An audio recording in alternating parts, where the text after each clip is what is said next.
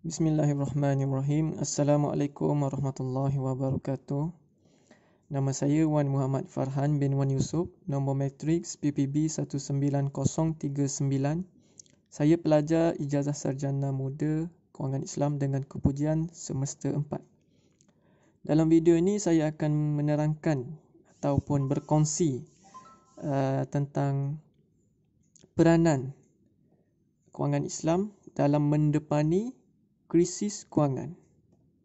Okey.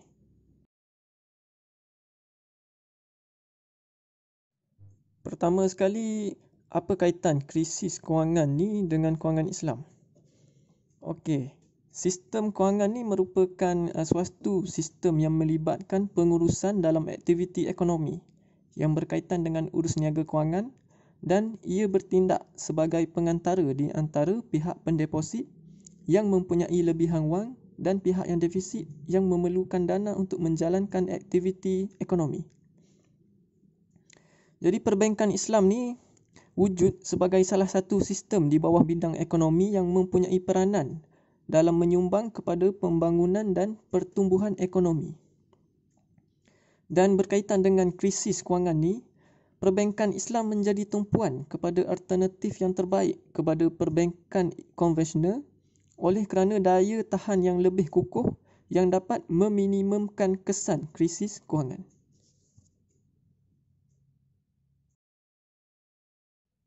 Seperti yang kita lihat dalam jadual 1, iaitu perbandingan kesan krisis ke atas perbankan Islam dan konvensional. Jadi kita dapat melihat bahawa perbankan konvensional ni mengalami kejatuhan, manakala perbankan Islam ni lebih stabil berbanding perbankan konvensional. Kalau dilihat dari jadual ini, daripada Islamic Finance and Global Financial Stability Report pada tahun 2010. Jadi konsep kewangan Islam ni secara umumnya ia berteraskan kepada prinsip syariah, iaitu bebas daripada unsur-unsur dan aktiviti yang diharamkan oleh Islam seperti riba, gara, maisir, tadlis, penindasan, ketidakadilan, memonopoli harta dan sebagainya. Okey, terkait dengan krisis kewangan dengan kewangan Islam ni, dia tidak akan lari daripada prinsip atau ciri-ciri yang dibawa oleh kewangan Islam, yang mana ciri-ciri dan peranan perbankan Islam terhadap fungsi kestabilan dan kekukuhan yang berpaksikan kepada prinsip tegahan riba dan penggunaan kontrak perkongsian untung dan rugi. Jadi melihat kepada struktur sistem konvensional yang berbeza dengan kewangan Islam, yang mana bank, apabila sistem konvensional, bank menyediakan dana kepada penyimpan atau pelabur melalui institusi kewangan dengan mengenakan faedah, iaitu berkonsepkan interest base. Dan dari segi liability, institusi kewangan membayar faedah kepada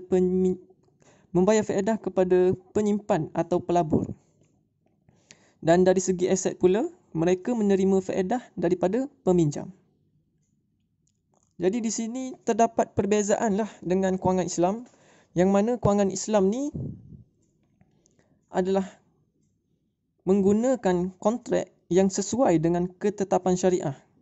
Sebagai contohnya, equity base, iaitu musyarakah dan mudarabah. Dan pulangan modal itu adalah tanpa riba. Dan ia juga berasaskan kepada ekonomi yang sebenar.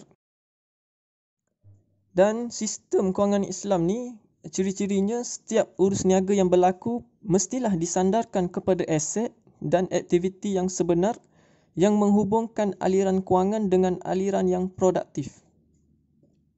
Dan sesuai dengan pengaturan prinsip perkongsian untung dan rugi, iaitu mudarabah dan musyarakah, yang dapat mewujudkan antara usaha dan risiko dalam pelaburan yang sebenar. Dan selain itu juga membantu mengelakkan urus niaga yang spekulatif, seperti sistem kewangan konvensional yang hanya berteraskan kepada interest base, iaitu faedah yang mana ditegah oleh sistem kewangan Islam iaitu riba. Seterusnya, perkongsian risiko dan keuntungan atau perkongsian untung dan rugi. Seperti yang saya jelaskan tadi, kewangan Islam ni menggunakan konsep ataupun kontrak mudharabah dan musyarakah yang mana pelaksanaan prinsip perkongsian untung dan rugi ni tidaklah boleh mengandungi unsur riba, iaitu penggunaan kadar faedah interest seperti kewangan konvensional. Dan untuk memastikan pengagihan yang adil dalam keuntungan dan kerugian kepada semua pihak yang terlibat. Dalam pada itu juga, mengembangkan peluang pekerjaan dan menghasilkan barangan keperluan dan perkhidmatan dengan matlamat kestabilan kewangan dan harga, iaitu dengan pelaburan berkonsepkan aset yang tidak boleh berdasarkan hanya faedah semata-mata. Dengan itu, ia akan mendorong kepada kewujudan satu sistem ekonomi dengan tahap integriti yang tinggi yang berkeupayaan menangkis sebarang bentuk kejutan risiko yang akan berlaku.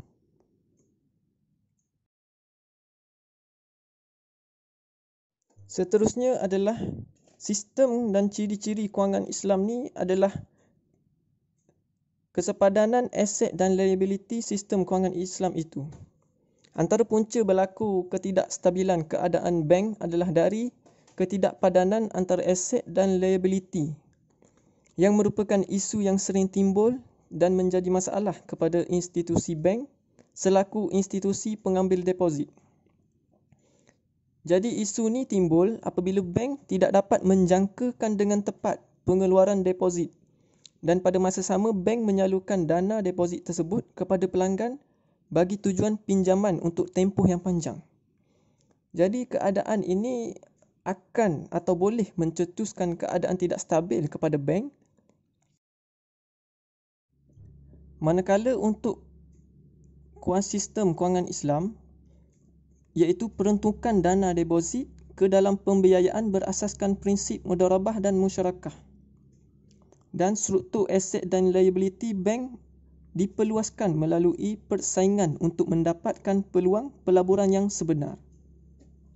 Perkara ini bukan sahaja membawa kepada keadilan, malah berupaya membawa kestabilan dan membolehkan perbankan Islam mengekalkan nilai bersih yang tinggi meskipun berada di bawah situasi ekonomi yang sukar.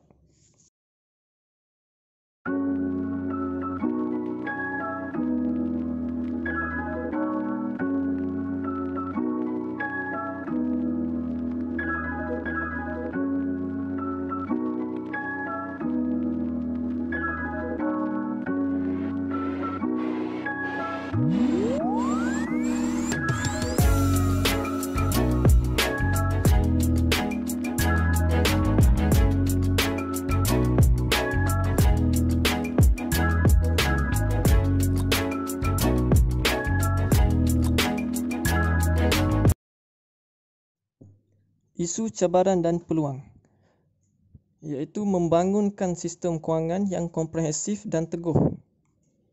Di sesetengah negara, ada kewangan Islam yang berada pada tahap pembangunan yang maju, manakala di negara lain ada yang masih memerlukan pengukuhan dari segi sistem, operasi, kawal silia dan sebagainya yang masih belum mencapai kemajuan. Oleh itu, penembusan kewangan Islam ke rantau dan negara lain merupakan cabaran dan peluang untuk kewangan Islam berkembang. Walau bagaimanapun, di negara yang mana kewangan Islam yang telah membangun juga mengalami kekurangan apabila percubaan dibuat untuk menerima pakai secara penuh kewangan Islam. Oleh itu, pelarasan struktur diperlukan seperti operasi, regulasi dan mempromosikan kewangan Islam seperti sistem kewangan Islam yang mantap yang terdiri daripada perbankan Islam, pasaran kewangan Islam, produk kewangan Islam, dan infrastruktur kewangan Islam yang perlu dibangunkan.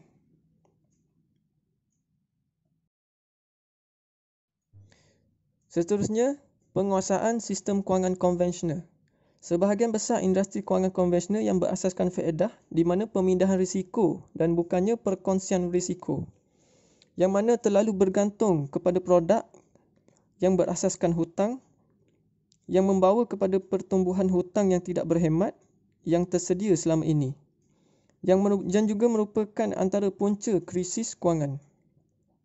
Jadi dalam hal ni, perhatian yang perlu diberikan kepada instrumen kewangan, khususnya instrumen kewangan berasaskan equity seperti mudharabah dan musyarakah. Dan promosi perkongsian risiko instrumen kewangan berasaskan equity adalah penting dalam mencapai potensi penuh sistem kewangan Islam. Sekian itu sahaja daripada saya. Mohon maaf atas kekurangan dan kesilapan. Terima kasih kerana sudi mendengar. Assalamualaikum warahmatullahi wabarakatuh.